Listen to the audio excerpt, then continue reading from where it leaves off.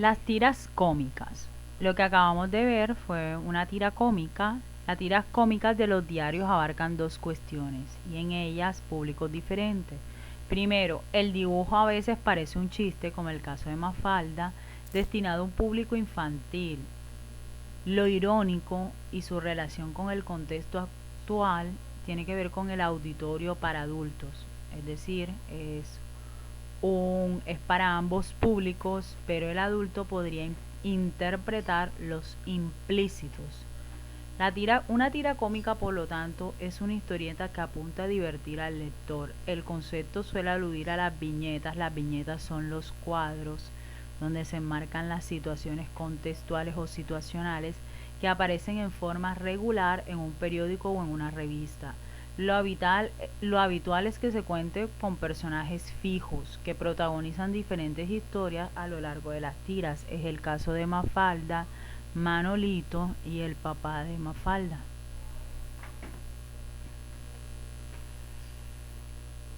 La historieta. La historieta son un medio de expresión de difusión masiva, características de nuestra época. El objetivo principal de este es mantener la atención del lector durante el transcurso del relato y provocar una decodificación afectiva y placentera.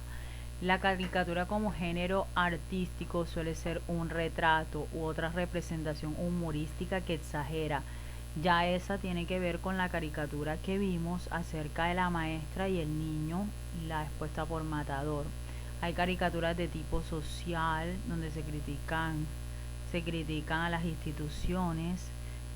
Su tono es satírico, puede ser humorístico o irónico, dependiendo del propósito y la intención comunicativa.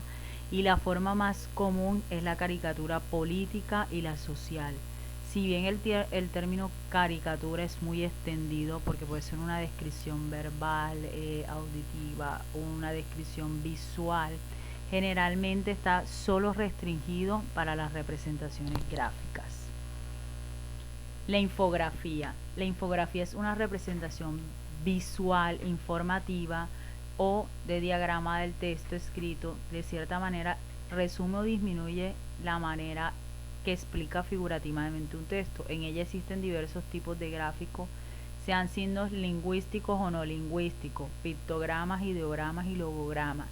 Es un gramema donde encontramos textos formando una descripción secuencial, sea expositivo, argumentativo, narrativo e incluso interpretativo. La representación gráfica de estas figuras nació como un medio de transmitir gráficamente y más dinámicamente, de una forma muy viva, información que a veces es muy sensible. Los documentos elaborados por esta técnica se les llama infogramas, pero cuando se presenta el infograma con texto se llama infografía. Es una muy buena manera de aprendizaje y de memorizar también. Continuamos con la infografía. Ahí no se ve mucho, la intenté descargar, pero yo la voy a leer. Dice: el riesgo de los defensores ambientales. El año pasado se observó un aumento de los crímenes relacionados con proyectos hidroeléctricos, la minería, la agroindustria y la tala de árboles.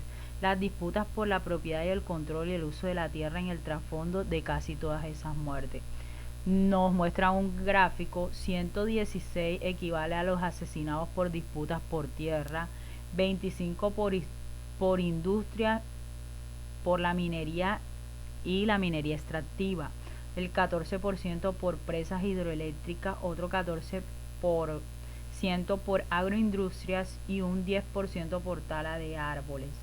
Los demás dicen que 29 muertos de los 29, 4 eran indígenas. En Colombia 25 muertos de los 15 eran indígenas, y hay una serie de cifras en diferentes países. ¿Quiénes son los responsables? Hay una pregunta. El 10% grupos paramilitares, el 8% la policía, el 5% guardas de seguridad, el 3% el ejército. Se esconden grandes propietarios de tierra, intereses comerciales, actores políticos y agentes del crimen organizado. Colombia es el segundo país más peligroso, con 25 víctimas mortales por día. la mitad de las cuales eran indígenas que luchaban por defender sus tierras ancestrales. Fuente: elespectador.com. Noticias: por defender el medio ambiente, el riesgo de vivir en Colombia. Un artículo. Vamos a las preguntas. La infografía informa en su descripción que el año pasado se observó un aumento de los crímenes relacionados con proyectos de minería e hidroeléctrica. Por las disputas de la propiedad, el control y el uso de la tierra fueron el trasfondo de casi todas las muertes. La anterior descripción, ¿cómo es? A. Insatisfactoria porque no hace referencia a todos los años ni a los modos de crímenes cometidos en relación al medio ambiente. B. Satisfactoria porque busca informar los tipos de riesgo que se exponen los defensores ambientales todo el año.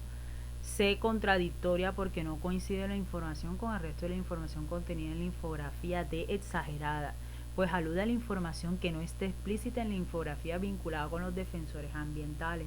Ahí observamos que la respuesta es la B. Todos los datos están relacionados con las muertes y las masacres, además de la protección del medio ambiente. Continuamos con las preguntas. Al analizar el cuadro donde se presentan estadísticas sobre quiénes son los responsables, se puede inferir. En el cuadro aparecen grupos paramilitares, policías, guardas de seguridad y el ejército. Esto es una pregunta ya de un tipo inferencial. Entonces, ¿qué podemos inferir? A. Que las bandas criminales se unen con las fuerzas del Estado para perpetrar crímenes. B. Las fuerzas del Estado influyen en la problemática tanto como en las expresiones criminales. C. Se unen las Fuerzas Armadas con los intereses políticos para defender la tierra y el medio ambiente. D. Las motivaciones políticas y económicas conducen a incrementar la criminalidad en el país.